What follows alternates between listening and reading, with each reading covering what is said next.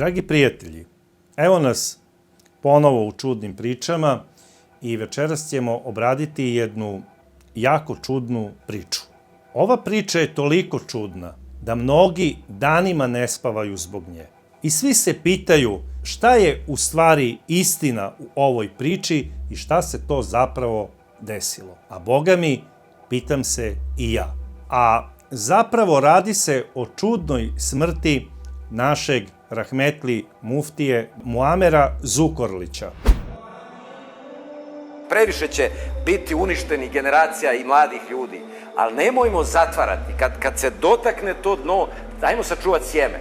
Pa kad prođe ova grozna zima, pa neko proljeće izlista nešto da možemo to sjeme zasaditi. A ko je bio Muamer Zukorlić? Muamer Zukorlić rođen je 15. februara 1970. godine u selu Orlje u blizini Tutina. Kada je bio mali, Muamer je živeo u porodičnoj zajednici Zukorlića, koja je brojala 26 članova. Zajednicu je predvodio njegov deda Emin Zukorlić. Inače, Emin Zukorlić je bio najcenjeniji u svom selu, a Boga mi u čitavoj regiji Sandžaka. On je zapravo bio seoski mula, odnosno sveštenik, koji je upravljao džamijom. Bio je jako učen čovek. Muamer je od malih nogu pokazivao znake nadprosečne inteligencije i bio je najpametnije dete u zajednici Zukorlića. I njega je deda Emin obožavao i vodio ga je sa sobom u džamiju da bi mu pomagao u nekim poslovima. I uvodio ga je u tajne učenja Kurana. Već tada je Muamer znao da će se time baviti čitavog života. I zapamtio je dedine reči koji mu je rekao: sine, tebe je sam Allah poslao da bi učio Kuran među ljudima. I uvek vodi računa da govoriš istinu i da imaš čist obraz. Jer sve je zamenljivo, ali obraz se nikada ne menja. Muamer je pored dede rastao učeći Kuran i došlo je vreme za osnovnu školu. Osnovnu školu je upisao u susednom selu Ribariće i bio je jedan od najboljih učenika.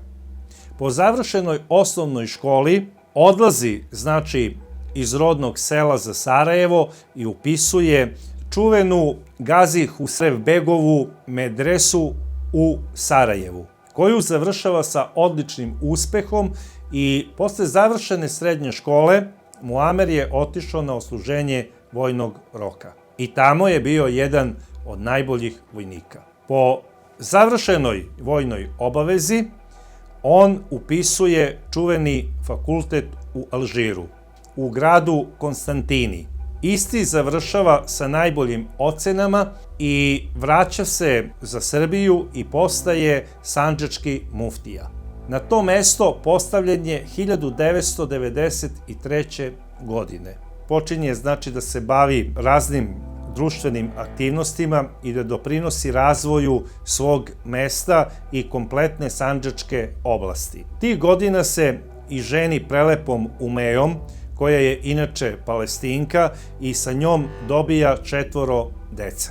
U tom periodu je poznati po tome što je osnovao čuvene sandžačke novine Glas Islama, koje su postale vodeće verske novine za pripadnike islamske zajednice u Srbiji.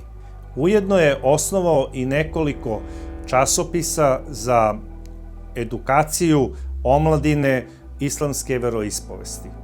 Od samog početka, kada je postavljen na tom mestu, muftija je pokazao veliki talenat za posao koji mu je poveren.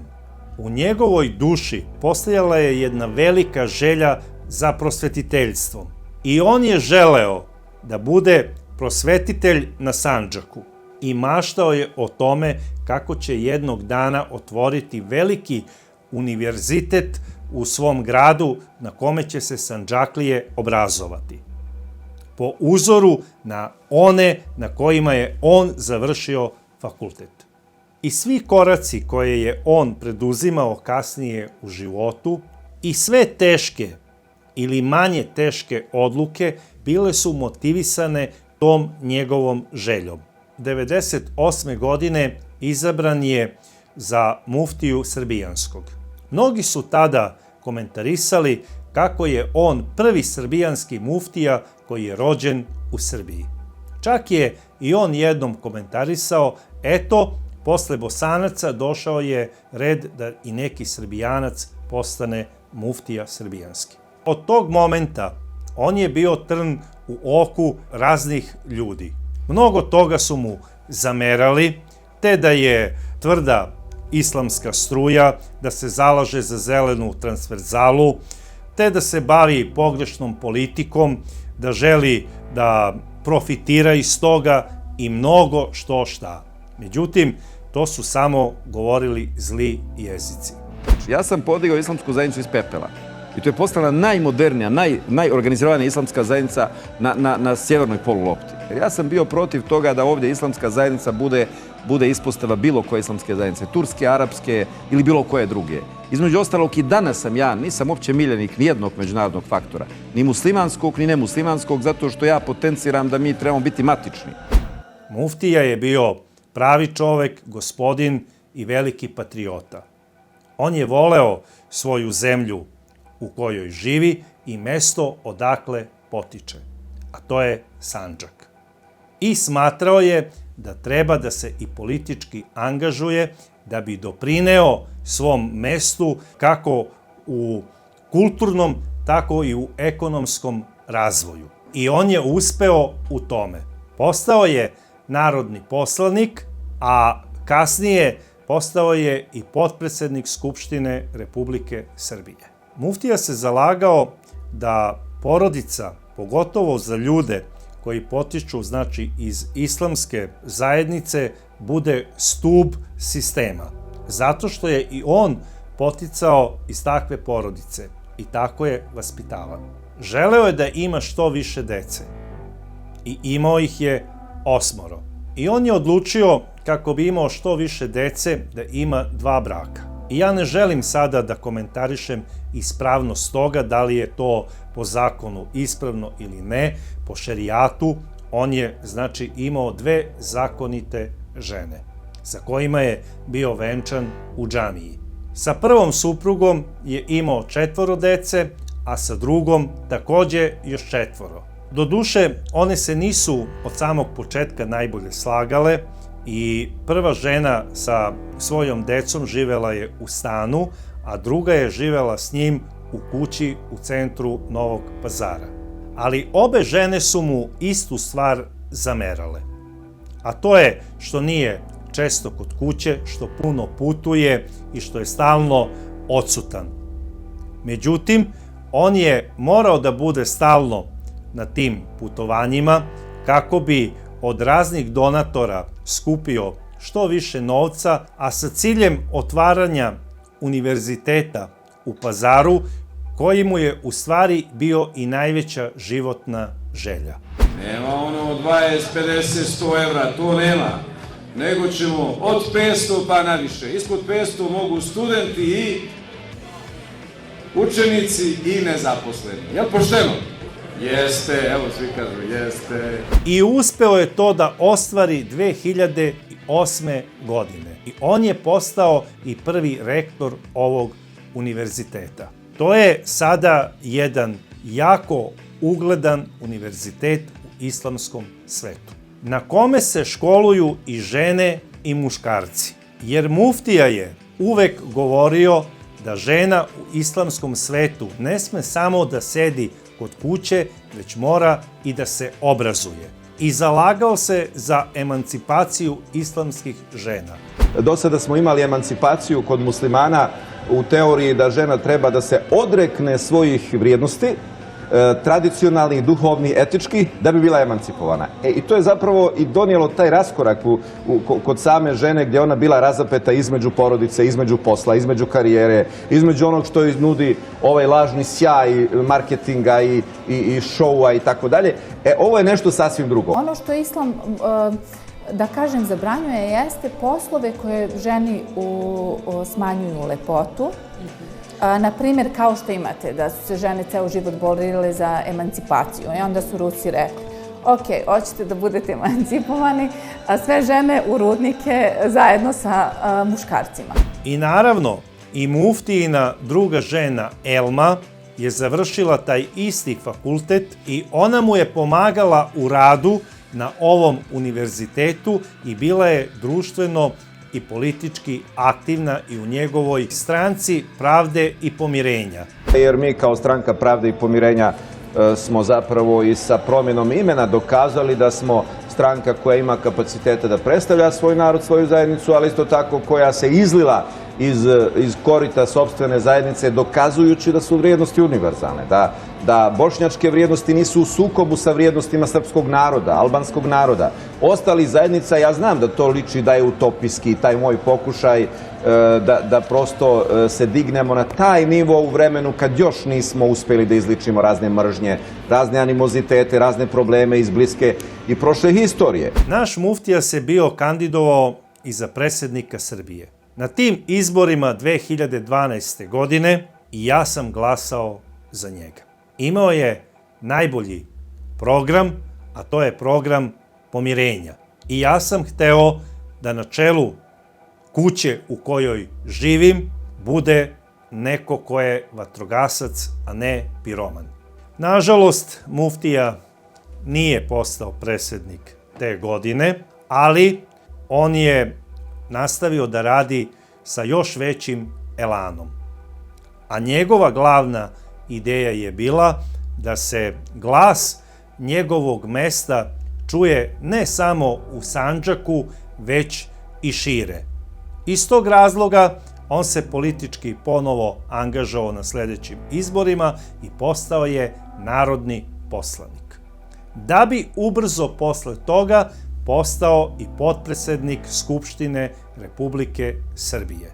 Ovaj čovek postaje vrlo bitna karika u političkom sistemu naše zemlje. Također je postao veoma medijski eksponiran. Sve TV kuće su se utrkivale ko će da ugosti muftiju u nekom svom udarnom terminu i programu. I on je naravno i gostovao. Govorio je svuda kako je Srbija zemlja koja obećava, kako osuđuje mlade koji odlaze iz naše zemlje, jer je budućnost njihova u zemlji gde su i rođeni. Također je objašnjavao mnogim ljudima šta je u stvari islam i koji su njegovi zakoni. A glavni i osnovni zakon islama je ljubav. Ne samo prema Bogu, nego i prema ljudima. Kod nas u islamu se potencira sklad između duhovne i vanjske ljepote. Dakle, kod nas postoji princip Bog je lijep i on voli ljepotu. I muftija nije kao mnogi političari koji se bave pljuvanjem i ogovaranjem one druge strane, klonio se toga i nikada to nije radio. Naprotiv, uvek je pružao ruku svojim političkim protivnicima. A čak se dešavalo da se pred njim posvađaju neki političari dveju suprotstavljenih strana, a da ih on pomiri. I to mnogo govori o njemu. Ja ga, nažalost, lično nisam poznavao. Ali bez obzira na to, ovog čoveka sam izuzetno poštovao i voleo. Jer je on u stvari ono što ja smatram da je prava vrednost našeg sistema. A to je biti čovek. Muftija je bio čovek i to ne bilo kakav, bio je ljudina. I muftiju ne samo da su poštovali i cenili muškarci. Njega su obožavale i žene. I to ne samo u Sandžaku, nego u celoj zemlji Srbiji. I vest o njegovoj iznenadnoj smrti 6. novembra 2021. godine potresla je kao zemljotres celu političku i kulturnu javnost Srbije. Društvo je bilo zaprepašćeno. Svi smo bili u šoku. Vest je bila za početak vrlo kratka, šokantna i jednostavna. Preminuo je muftija na svom radnom mestu od srčanog udara u vreme pauze dok je ispijao čaj. U međuvremenu počele su da kruže razne glasine, te da je muftija koristio neke suplemente, te razne neke afrodizijake, te mnogo što šta, međutim, to su sve bili tračevi i glupe glasine. Naravno, nedelju dana posle njegove smrti održana je i komemoracija u Domu Narodne skupštine. Na ovoj komemoraciji bio je apsolutno ceo državni vrh, uključujući i predsjednika. Komemoraciji je prisustvovala i njegova prva supruga sa najstarijim sinom Usameom. Sve je to bilo tako potresno i dostojanstveno. Upravo onako kako je on i zaslužio. I mnogi su plakali. Muftija je sahranjen u svom rodnom selu Orlje u prisustvu kompletnog državnog vrha. Jer ta čovjek nije govorio i nije radio samo za sebe, no za svija, za celokupno čovječanstvo. Nije ni bila ni politika, ni ovo, ni ono, nego samo bio čovjek.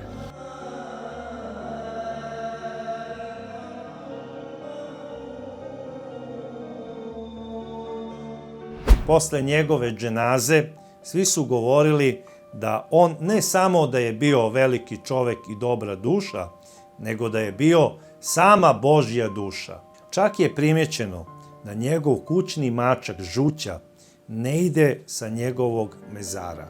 Mesecima je on sedeo na mezaru čekajući da njegov gospodar ustane i da zajedno odu kući. I tu su dolazili ukućani i članovi familije da mačka Žuću hrane. On ni po koju cenu nije hteo da napusti svog gospodara. Jer mačke osjećaju da nešto nije u redu. Mačak Žuća kao da je osjećao da se njegov gospodar ispod zemlje sa nečim muči. I on je tu sedeo mesecima i pokušavao da tu muku uzme k sebi i da olakša svom mrtvom gospodaru. I tako su prolazili meseci. Mačak Žuća je ležao i čekao. Mi smo se svi sećali našeg rahmetli muftije, sa tugom smo govorili o njemu i došao je i 10. april. Još uvek nismo zaboravili bol i šok za našim muftijom, a onda je kao grom iz vedra neba odjeknuo još jedan i veći. Da muftija navodno nije umro od srčanog udara, već da je otrovan. Iz Turske sam stigao neposredno prije dženaze. Nijednog trenutka se ja ni moji najbliži nismo pomirili sa činjenicom da je umro velikan našeg vremena, a da nadležne institucije nisu utvrdile zvanično uzrok smrti. U haosu koji nas je zadesio toga dana, malo je ljudi koji su ostali prisebni. Oni koji jesu još tog dana prije ukopa su od rahmetli muftije uzeli uzorak. Trebao nam je duži period, nama porodici, da pronađemo adekvatne laboratorije u inostranstvu gdje smo odradili neophodna ispitivanja. Iz dvije nezavisne laboratorije smo dobili sljedeće rezultate. Prva laboratorija je utvrdila da postoji visoka vjerojatnoća da je testirana osoba bila otrovana teškim metalima. Druga laboratorija je zaključila da je osoba bila otrovana hranom. I svi smo bili u šoku. U šoku je naravno bila i njegova druga žena, Elma, sa svojom decom.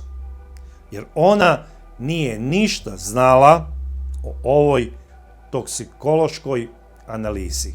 Ona je ovo saznala iz štampe.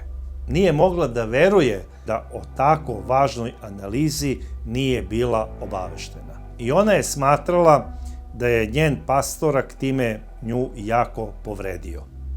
Bila je prosto u nekom prividnom strahu da se možda njoj ne namešta neka afera. I ona je to javno i rekla u novinama. Odmah sutra dan je otišla u javno tužilaštvo i tražila je da se uradi ekshumacija njenog supruga i da se odradi obdukcija. Muftijina druga žena je u velikom strahu i ispravno je postupila što je odmah tražila od državnog tužilaštva da sprovede istragu. I ne samo što treba da otkrije uzrok smrti, nego da pokrene i krivični postupak protiv eventualnog počinioca. Porodica je zatražila da se ekshumacija koja je zakazana za sutra odloži dok se, kako nam je rečeno, njegovi najbliži za to psihički ne pripreme. Šta se to čeka? Kaže njegov najstariji sin, porodica nije psihički pripremljena da se ekshumacija obavi odmah. Pa molim vas, gospodo, 6 meseci ste se pripremali na to. On je to znao. Kako je mogao da šokira porodicu kao grom iz vedra neba, a sada odjedared psihički mora da se pripremaju? Pa ni ja se kao građanin nisam bio psihički pripremao. Bio sam potrešen do srca kada sam čuo da postoji sumnja da je naš dragi muftija otrovan. Čovek koga sam ja voleo i kao čoveka i kao političara je otrovan u mojoj rođenoj zemlji. Nema veze da li od strane neke obaveštajne službe, da li od strane političkih protivnika ili, ne daj Bože, od članova familije. To je šok za mene kao građanina. I ne samo za mene, nego za svakog normalnog čoveka ove zemlje. A to znači da je moja smrt davno upisana i propisana. Ja samo ne znam hoće li biti od dušmanske ruke ili od nečega drugoga. Ja to ne mogu birati. Ja verujem organima države Srbije, apsolutno nemam ništa protiv da se uključe i organi drugih država u vođenju ove istrage. Vidim da njegov najstariji sin traži da dođu pripadnici tužilaštva iz Bosne i Hercegovine. Nema problema, to su naše komšije, neka dođu, dobrodošli su. Na kraju krajeva, muftija je bio i državljanin Bosne. Oni su u ovoj zemlji dobrodošli ako treba da se ustanovi istina. Nemam ništa protiv da se pozove i američki FBI, ali istina mora da se sazna. I tužilaštvo treba da sprovede ovo do tančina bez obzira na osjećanja porodice. Jer kako je sam muftija jednom rekao svojoj majci, vi ste mene uvakufili. A to znači da on ne pripada samo porodici, nego pripada kompletnom narodu. I da on služi Bogu i narodu kao sveopšte dobro. Ja ne znam za vas, ali mene je sve ovo jako potreslo. I nećemo dozvoliti da sada muftija, kao veliki čovek, postane varnica u kući čiji su zidovi, nažalost, sazdani od presovanog baruta. Kakva god da je ta kuća, da li od baruta ili od granita, to je i moja kuća. I svi mi zato moramo da se zapitamo šta je bila zapravo muftijina želja. A to je pravda i pomirenje.